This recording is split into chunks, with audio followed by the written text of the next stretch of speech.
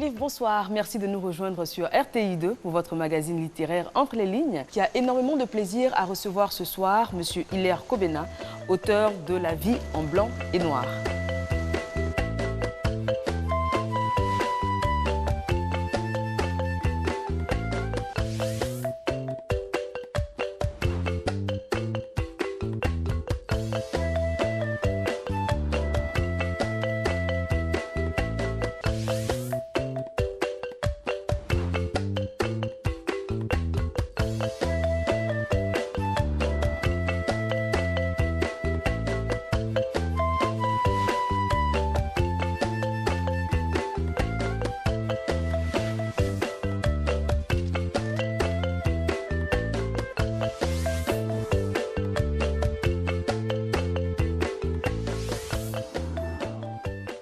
Monsieur Kobena, bonsoir. Merci d'être présent sur ce plateau pour parler de votre troisième œuvre, La vie en blanc et noir. C'est un roman. Oui, c'est un roman. C'est un roman épistolaire, on dira, puisque toute l'histoire est une lettre, une longue lettre en fait, que notre personnage principal écrit à son ami, qu'il appelle son frère. D'ailleurs, on ne sait pas si c'est véritablement son frère ou son ami, mais en tout cas, c'est un de ses proches à qui il explique le déroulement de sa vie et certaines choses qui lui arrivent. Le roman n'est pas un roman épistolaire à 100%. Voilà. J'ai combiné cette technique aussi avec une sorte de dramatisation de l'action. Il y a aussi la forme théâtrale qui s'imbrique avec le roman épistolaire. L'histoire démarre avec un malaise du narrateur qui d'ailleurs tombe dans le coma. Le roman est subdivisé en deux parties. La palette blanche, n'est-ce pas? Et comme vous voyez, c'est sur du blanc qu'on peut bien voir ce qui est sombre. Donc, dans la palette blanche, Kojo Isaac, le personnage principal, va raconter à son confident les douleurs, les peines. C'est pour cela qu'à la lecture, cette partie est assez douloureuse parce que par rapport au point au temps de l'écriture, il fait ce qu'on appelle un flashback. Il fait 2 jours de coma. 2 jours de coma. Et quand il est revenu à lui-même, alors il y a eu les séquelles. Parce que le coma, trop souvent, laisse des séquelles. Alors il y a eu des séquelles, mais il a beaucoup senti cela par la vue. Exactement. Il faut dire que M. Kojo Isaac, donc le narrateur, acteur principal de cette œuvre, est enseignant, il est professeur d'anglais. Il vit avec sa femme et sa fille, parce qu'il faut parler également des conditions sociales du héros. Et ça a une importance également dans la suite, dans ce qui va arriver et puis dans les décisions qu'il prendra. Donc il vit à ce moment-là ce que vous décrivez comme un réduit. Donc c'est un studio avec sa femme et sa fille, les moyens sont plutôt modestes. On expliquera pourquoi. Mais quand il sort de l'hôpital, déjà il y a cette ferveur africaine, cette chaleur, cette solidarité qui fait que ça ne désemplit pas. Le petit studio est tout le temps visité par des proches, des parents, des amis, des voisins qui viennent prendre des nouvelles donc, du malade. Au point qu'il a même du mal à se reposer. C'est ça. Effectivement, c'est vraiment ce qu'il a raconté lorsqu'il est revenu de l'hôpital. Et nous sommes dans un environnement africain où il y a cette chaleur, cette solidarité, surtout dans des situations pareilles. Alors, les gens sont de bonne foi, ils viennent pour soutenir quelqu'un. Mais ce sont des choses qui sont passées à un moment où le malade était encore dans l'assouplissement médicamenteux, donc il ne s'était pas encore remis. Et il en parle parce que cela a beaucoup perturbé d'abord sa quiétude et la quiétude de sa famille. Mais c'est de bonne guerre. Est-ce que c'est une façon d'interpeller nos frères, nos voisins et nos amis? En même temps, c'est le réflexe naturel. Hein. On l'a tous quand on apprend qu'un drame arrive à quelqu'un, une maladie, un accident ou autre chose, le réflexe naturel, on ne pense pas tout de suite que cette personne a besoin de repos. Il faut tout de suite qu'on vienne lui rendre visite, témoigner de notre assistance et de notre soutien.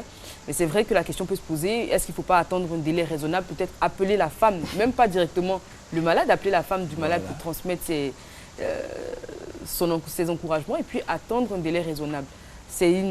En tout cas, c'est une problématique que vous soulevez dans le livre et j'ai trouvé ça très, très honorable parce qu'on n'y pense pas toujours. Alors, je parlais de la condition économique de notre narrateur parce qu'il est enseignant, vous l'avez dit, professeur d'anglais, mais il n'a pas le salaire d'un professeur normal, on dira. Tout à fait. Parce qu'il est réajusté. Oui, effectivement, le narrateur nous explique aussi que durant son parcours professionnel, n'est-ce pas, il a subi une injustice salariale, puisque, ayant fait le même parcours que ses collègues, il s'est retrouvé dans une situation financière désastreuse parce que l'État de son pays avait pris une décision discriminatoire qui faisait qu'il percevait la moitié du salaire de ses collègues. Cela pesait sur lui et pesait aussi sur le bien-être de sa famille. Exactement, parce qu'il n'arrivait pas à donner les conditions qu'il voulait à sa femme et à sa fille. Et malgré ses nombreux diplômes, parce que c'était un élève brillant, qui a obtenu brillamment ses diplômes, il trouvait sa situation fort injuste, de même que tous ceux qui étaient confrontés à la même situation. Ils vont faire des grèves, plus tard ils vont avoir gain de cause. Mais on n'y est pas encore. En tout cas, après ce coma, il se rétablit, mais il se rend compte qu'il y a un problème aux yeux. Aux yeux, voilà. Il a un problème aux yeux parce qu'il faut rappeler qu'il a été interné à la suite d'une crise d'hypertension artérielle. Voilà. Et il s'est retrouvé après en train d'avoir une mauvaise vision. Voilà. Et donc il se faisait suivre par un professeur, voilà, le professeur Nonsikan Bokeh, qui était dans une autre ville, qui était la capitale. Parce que lui, il faut dire qu'il enseignait à l'intérieur du pays. Donc, vu ses incessants voyages sur Abidjan, voilà, il avait demandé à être rapproché de son médecin. Voilà. Et ce qui fut fait, il est affecté à la capitale, Malboa, c'est ça? Malboa. Non, la capitale c'est Albicor, mais voilà. Lui il vivait à Malboa. Il est affecté donc à Albicor. Et, mais au mauvais moment. Au mauvais moment, parce qu'il y a la crise, voilà. Il y a la guerre. En tout cas, son ophtalmologue le suit de près et puis il lui donne comme ça une ébauche de diagnostic. On lui dit qu'il souffre de glaucome. Il souffre de glaucome. Du glaucome vraiment aigu. Alors, il faut dire que le glaucome, c'est une rétinopathie, c'est une affection de la rétine, n'est-ce pas? Et quand elle n'est pas découverte tôt, elle conduit irrémédiablement à la cécité. À la cécité. Oui. C'est vraiment le cœur de ce livre, hein. C'est vraiment le glaucome, c'est le thème principal. C'est vrai que moi, je n'accordais pas une attention particulière à cette pathologie. C'est une pathologie qui existe, je le savais, mais pour les personnes qui en souffrent, c'est vraiment la croix et la bannière. Hein. Et d'où le titre « La vie en blanc et noir », puisque notre narrateur va perdre progressivement la vue. Alors, la nouvelle de son affectation donc, à la capitale lui parvient en pleine crise. Il arrive quand même, mais il y a un peu partout donc, des affrontements et tout. Il ne peut rester à la capitale. Il se réfugie chez sa sœur, où sa mère l'avait déjà devancé, et sa mère qui commençait également à avoir la vue qui baissait. Il souffrait d'une hypertension artérielle et souvent, il y a des patients qui ont les deux, qui ont à la fois l'hypertension artérielle et le glaucome. Ce qui fait qu'il y a très souvent cette confusion. D'abord, de penser qu'on est glaucomateux à la suite de l'hypertension. Il y a un deuxième élément aussi, c'est que la médecine aussi n'arrive pas à prouver que le glaucome est héréditaire. Voilà. Donc, sa mère, certes, a la maladie, mais on ne peut pas l'affirmer. Et il n'y a que la mère et le fils, parce qu'il y a la fratrie qui est là, personne d'autre ne souffre. Ils sont quatre. Il a sa soeur Émilie et son frère Jacques, qui ne sont pas glaucomateux. Et ni même son épouse et Marie-Louise, sa fille unique. Il n'y a que lui et sa mère. Et le professeur explique bien que finalement, on n'a pas véritablement d'explication. On ne sait pas d'où ça vient, mais c'est une pathologie qui est fréquente en plus. On n'y prête pas forcément attention, mais c'est vraiment problématique pour ceux qui vivent cette situation. Alors, le père, le fils et la mère se retrouvent donc dans une petite ville avec la grande sœur pour attendre que les choses se calment, histoire de rentrer à la capitale. Comment ça se passe ce séjour? Le séjour se passe plus ou moins bien, puisque un centre ophtalmologique les a suivis gratuitement. Malheureusement, le pays étant en guerre, il y a eu l'embargo sur le port qui ne fonctionnait plus. Et donc les médicaments n'arrivant plus, et le centre de santé a été confronté à un manque de provisions, d'approvisionnement, n'est-ce pas? Et finalement, ils n'ont pas pu continuer d'assister les patients. Et là-bas, la mère a perdu la vue. Elle a perdu complètement la vue. Sa vue baissait à la suite d'une crise d'hypertension artérielle également. Elle aussi, oui. Elle avait la vue qui commençait donc à décliner. Oui. Et puis, à la faveur donc de ce manque de traitement, oui, elle perd complètement la vue. Elle devient aveugle. Et les choses finissent par s'arranger. La famille revient donc à Albicor, à la capitale. Isaac Kodjo donc reprend du service. Et ce qui est intéressant dans ce livre, c'est que vous dénoncez également beaucoup les maux de nos écoles. Absolument. Il y a beaucoup de choses qui se passent parce que les professeurs, justement, vous avez parlé de ces professeurs réajustés, ajustés, etc. Ils essaient de joindre les deux bouts par tous les moyens, voire les moyens les plus malhonnêtes. Donc ça part de la vente de fascicules qui ne sont pas forcément utiles au programme, au cours de renforcement, au cours de préparation aux examens. Ils en arrivent même à vendre des notes aux élèves. Si, pas tous, pas tous. Certaines brebis galeuses, parce qu'il faut le dire ainsi, il y a dans cette corporation, hélas, il y a des personnes qui n'y sont pas venues par vocation et qui ne mettent pas vraiment du sien et qui sont là pour considérer l'école comme un supermarché. Voilà. Et vous parlez également de ces margouillards, entre griffes, dont sont victimes pas mal de professeurs. Donc ces personnes-là qui avancent de l'argent à certains fonctionnaires qui sont dans le besoin et qui en arrivent carrément à prendre leur carte magnétique. À encaisser leur salaire et puis ensuite à leur donner une petite part. Là, il évoque la question des usuriers. Et c'est vraiment un secret de polichinelle aujourd'hui. Nous savons que dans notre pays comme ailleurs, ils sont là. Alors, le drame ici, c'est qu'en général, ils ont pour clients des personnes qui sont déjà désespérées. Désespérés, des fonctionnaires. Voilà, des fonctionnaires désespérés, précisément des fonctionnaires, effectivement. Et ici, le cas Kodjo Isaac, il est désespéré, mais c'est un malade. Il est malade et donc il en parle parce qu'autour de lui, il voit cette situation, et hélas, qui empêche beaucoup de fonctionnaires d'exercer correctement leur travail. Et il faut le dénoncer. On les plonge vraiment dans le fleuve de la misère, comme je l'ai dit. Alors, M. Kodjo Isaac, qui a sa vue qui décline, qui a du mal à préparer ses cours, qui a du mal à corriger ses copies, il a du mal même à écrire au tableau, finalement, son médecin lui dit qu'il n'est plus apte à enseigner. Et donc, il fait un rapport dans ce sens. Ce rapport est envoyé à sa hiérarchie qui décide donc de le mettre du côté de l'administration. C'est ça. Et il faut dire qu'il y a eu deux événements qui ont coïncidé, n'est-ce pas? Parce que là, il est muté dans un autre poste comme administratif à la suite du conseil de santé. Mais en même temps, il est reçu à son concours de proviseur adjoint. Voilà. Et donc, il laisse finalement la craie pour le bureau.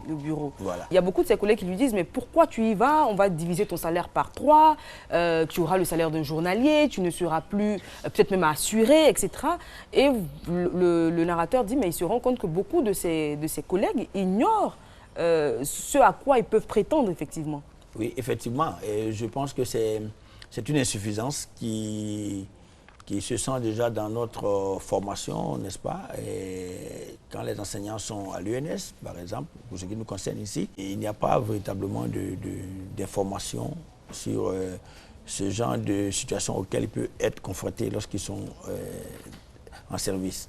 Alors donc voilà un enseignant malade. Il arrive même parfois que ils ont la crainte, n'est-ce pas, de déclarer la maladie parce que les rumeurs disent que voilà, quand tu es malade, que tu n'enseignes pas, ton salaire est subdivisé par 2, etc. Et ils restent dans cette situation de crainte et de peur jusqu'à ce que ce soit vraiment très grave, très avancé, n'est-ce pas? Cacher la maladie. Voilà. Alors donc ici, lui, lorsqu'il a informé ses collègues de sa situation, mais dis donc, c'était vraiment la catastrophe. Il panique lui-même. Voilà, il panique lui-même. Tout le monde dit, mais voilà, mais c'est pas bon, on va réduire ton salaire.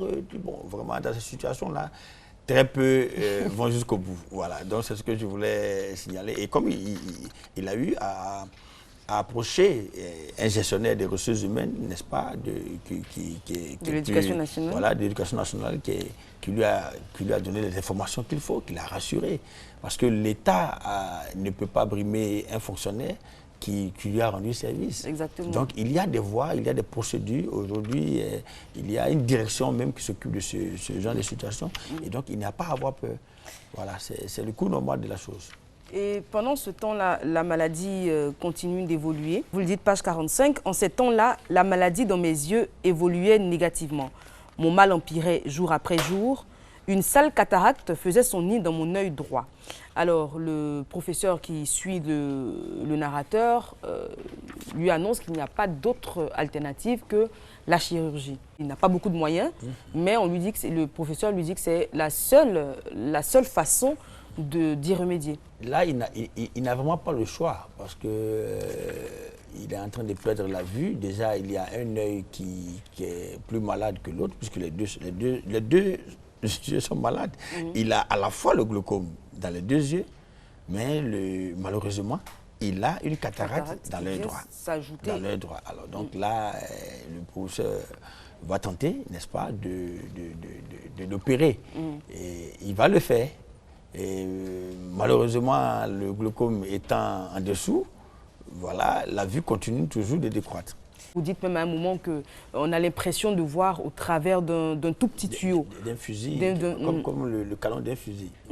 Ça, c'est réel, puisque le glaucome est une réduction du champ visuel. C'est-à-dire tout ce qui se passe, c'est comme un cercle, tout ce qui se passe autour devient noir jusqu'à ce que la vue se réduise. Et je le dis pour qu'on puisse prévenir. Exactement. Voilà, on puisse prévenir. Parce qu'il faut savoir que le glaucome, quand il est détecté tôt et traité tôt, voilà. On n'en arrive pas à la cécité. C'est ça. Aujourd'hui, la médecine a les moyens de lutter contre le glaucome, mais quand les nerfs optiques sont atteints, c'est vraiment irréversible. Et donc, il faut faire au moins une consultation ophtalmologique dans l'année avec la famille, tout le monde, parce que même les tout petits sont glaucomateux. Voilà. Alors. Page 68, vous dites, souvent, j'entends prononcer cette expression. Tenir à quelque chose comme à la prunelle de ses yeux. Mon cher ami, si tu étais à ma place, tu apprécierais cette formule à sa juste valeur. Et cette phrase-là m'a touchée parce que c'est une expression qu'on utilise tous, mais comme on le dit, le vrai bonheur, on l'apprécie lorsqu'on l'a perdu. Je pense que quand l'auteur voit sa vue baisser, décroître jusqu'à être quasiment nulle, qu'il se rend compte que cette expression a un véritable sens. Et le professeur qui s'occupe de son cas part en formation à l'étranger et il lui dit, j'y suis pour 3 mois, je peux te trouver une place pour venir te faire opérer. Mais ça, je prends tout en charge, donc l'opération, etc., l'assurance et tout. Mais il faudra, toi, prendre le billet d'avion, l'assurance voyage et tout ça. Qui fera... distance là-bas, 4 millions. Voilà. Il cherche les 4 millions, bien évidemment. Voilà. Mais c'est compliqué. C'est compliqué, c'est très compliqué. Étant enseignant réajusté, donc sous-payé, n'ayant pas d'économie, il est dans l'incapacité d'y aller. Alors, mais surtout, en plus de cette situation financière désastreuse, il est même encore endetté auprès de sa banque qui refuse de lui accorder oui, puisque c'est une sorte de quotité qu'il a dépassée. On ne peut pas. Il a un prêt en cours. Voilà.